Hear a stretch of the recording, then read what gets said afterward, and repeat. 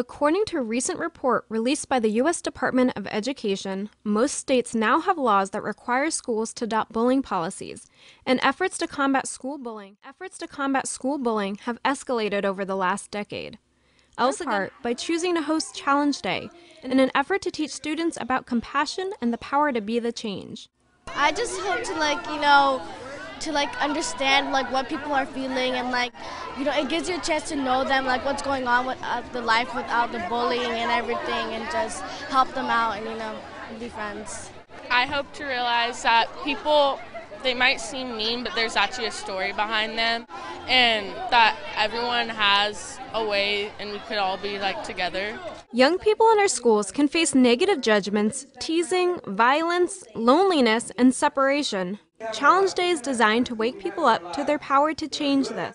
We don't have enormous amounts of problems, but Challenge Day kind of focuses on teaching kids tolerance, appreciation, seeing other people for who they are and not just on the exterior.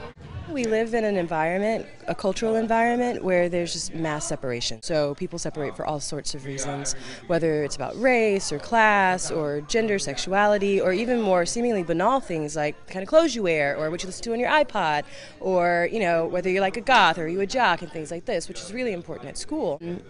Our goal is to create a world where there's more connection. The Challenge Day leaders show the students a couple different ways they can support one another. One, through the use of the symbol for love in sign language.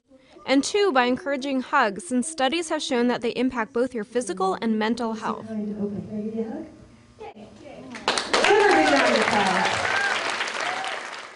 Getting a large group of teenagers to open up and talk about their feelings sounds like a challenge in itself.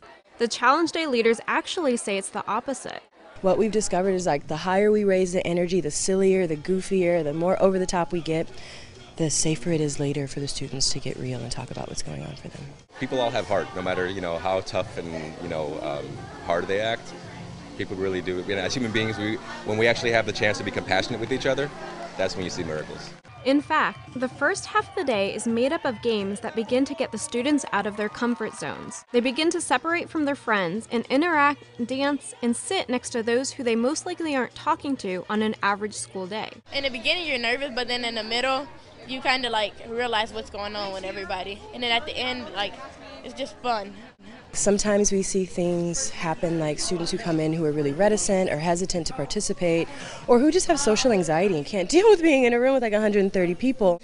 But by the end of the day, they're reaching out to people, they're sharing, they're hugging people. They feel totally stitched in to the whole fabric of the day. That's pretty amazing to watch.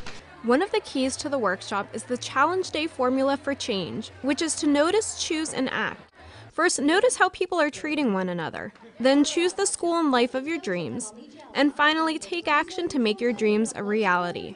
Dream up your ideal school. Dream up your ideal life. When you come up with a vision for what you really want, then we can move into acting on it. One by one, with much conviction, the students stood up and stated their goals out loud.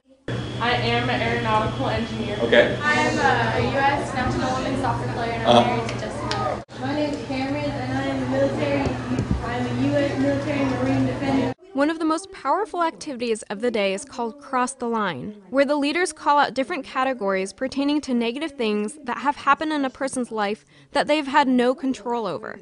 The leaders state this activity is so impactful because kids see their friends, their classmates, even people they don't like, crossing for the same things. And the students can literally see that they are not alone.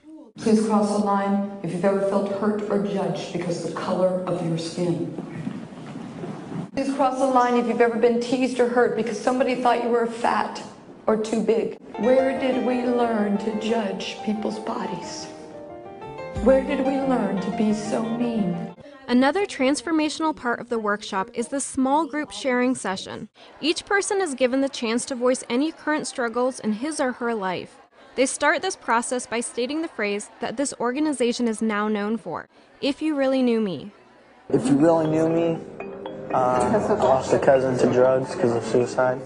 That's why I hate drugs. If you really knew me, you'd know that Franklin's one of my best friends. The Challenge Day leaders say there are many different issues that kids are facing these days. But the common denominator is that we live in an environment that trains us not to speak about our feelings. discouraging it particularly for boys.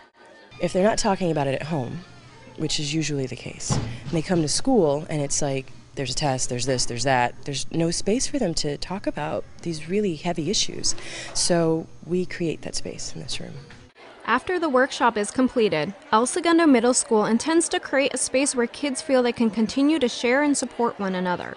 We have a follow-up program called Be the Change Movement, which is the follow-up to Challenge Day, where you keep the message alive. Challenge Day has been an inspirational day full of positive messages and life skills that have the potential of impacting these students' lives forever. My favorite message from the workshop was a quote from Gandhi: "Be the change you wish to see in the world."